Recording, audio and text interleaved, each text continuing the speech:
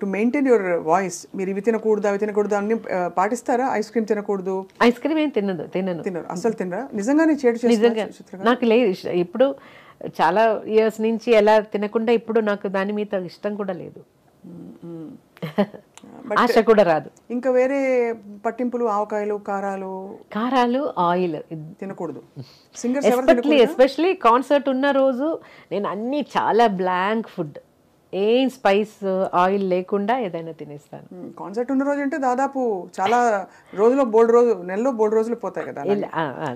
అలా కాదు. చిత్ర గారు వంట చేస్తారా? ఇంత పాట పెట్టుకుని మీరు చక్కగా ఇంట్లో. వంట మాత్రం నాకు రాదు, తినడానికి ఇష్టం అయితే వంట రాదు. అంటే తినడానికి ఇష్టమా? ఏం తింటారు చిత్ర గారు? What do you enjoy eating? I'm a vegetarian. Anything, idli, dosha is my all-time favorite. Have you always been vegetarian? Yeah, no. Kerala lo fish is very famous. But I'm not very crazy about non-vegetarian. నాకు కొంచెం the neatness చాలా important. Biryani అంటే నాకు I don't like biryani because చూడ్డానికి అది flesh అన్నీ ఇలా కలిపి చూడడానికి నాకు అది నచ్చలేదు. సో నాన్ వెజ్ తినే టైంలో ఏదైనా నీట్గా ఉన్న ఒక పీస్ మాత్రం తింటాను అంతే. చికెన్ అంటే అది ఇప్పుడు ఒక 12 years నుంచి నేను ఐఎమ్ ప్యూర్ వెజిటేరియన్. సో చిత్ర గారు, ఈ ప్రయాణంలో ఎస్పి బాలసుబ్రహ్మణ్యం గారు మీతో కలిసి ఎన్ని పాటలు పాడారు. ఒక్కసారిగా కోవిడ్ వచ్చి ప్రపంచాన్ని కుదిపేసింది. ఆ సమయంలో మీరు కూడా చాలా ఆందోళన పడ్డారు. You gave your prayers. ఒక వీడియో బయట వచ్చింది, అంటే అందరూ చూసాం.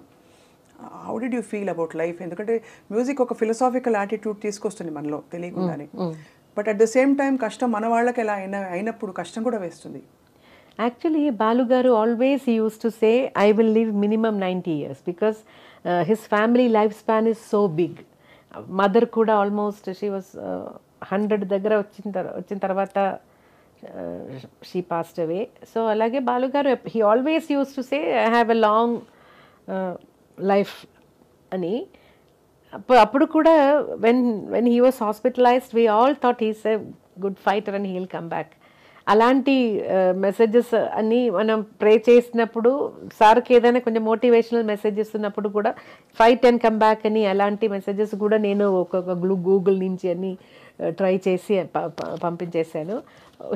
టూ రిప్లైస్ నాకు వచ్చింది హాస్పిటల్ వెళ్ళిన వెంటనే.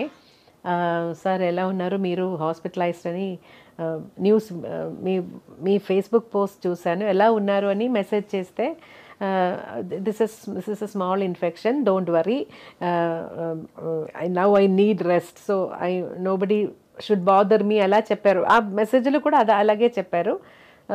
2 days తర్వాత మళ్ళీ హౌ ఆర్ యూ సార్ అని మెసేజ్ చేస్తే my wife is getting discharge tomorrow, for me it will take few more days అని వచ్చింది. తర్వాత ఆ ప్రోగ్రాంలో నేను కూడా రావాల్సింది కదా. నేను ప్రోగ్రామ్ నేమ్ ఇప్పుడు చెప్పలేను. అప్పుడు నన్ను కూడా పిలిచారు. అయితే my husband was insisting not to travel at this time, so I didn't come. Then sir replied he took the right decision అని రిప్లై చేశారు. అదే లాస్ట్.